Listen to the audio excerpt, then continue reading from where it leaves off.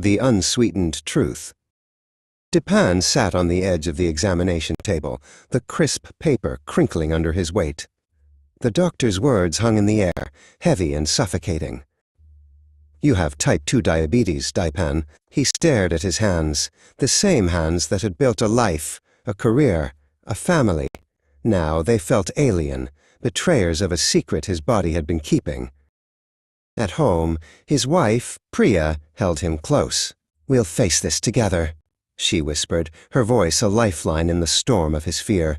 But her words were a distant echo. He saw only a future of restrictions, of needles and pills, a life less lived. The first few weeks were a rebellion. He'd sneak sugary treats, telling himself one wouldn't hurt. He'd skip his blood sugar tests, the pinprick, a reminder of his new, unwelcome reality. Each act of defiance was a small victory, a temporary escape from the truth. One afternoon, while playing with his young daughter in the park, he felt a dizzy spell. The world tilted, the laughter of his daughter fading into a dull hum. He stumbled, catching himself on a park bench, his heart pounding with a fear that was no longer abstract. That evening, Priya found him staring at his reflection in the bathroom mirror. "I can't do this," he confessed, his voice cracking. "I'm scared." She took his hand, her touch firm and reassuring. "You're not alone in this, Dupin. We're not alone." The next day, they went to a nutritionist. They learned about food as fuel, about balance and moderation. It wasn't about deprivation, but about making conscious choices. For the first time, a glimmer of hope pierced through the fog of his despair.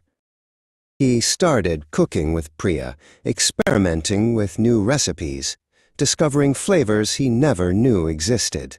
They walked together every evening, the rhythm of their steps, a silent promise of support. The daily pinpricks became less of a burden and more of a routine, a small act of self-care. There were still hard days. Days when he craved the sweet, comforting embrace of his old habits. But now he had new habits, new comforts. He had the strength of his wife's love, the motivation of his daughter's laughter, and the quiet satisfaction of taking control of his health. One evening, as they sat on their porch watching the sunset, Priya rested her head on his shoulder. "I'm proud of you," she said softly. He looked at her, his heart full. The diagnosis hadn't been the end, but a new beginning.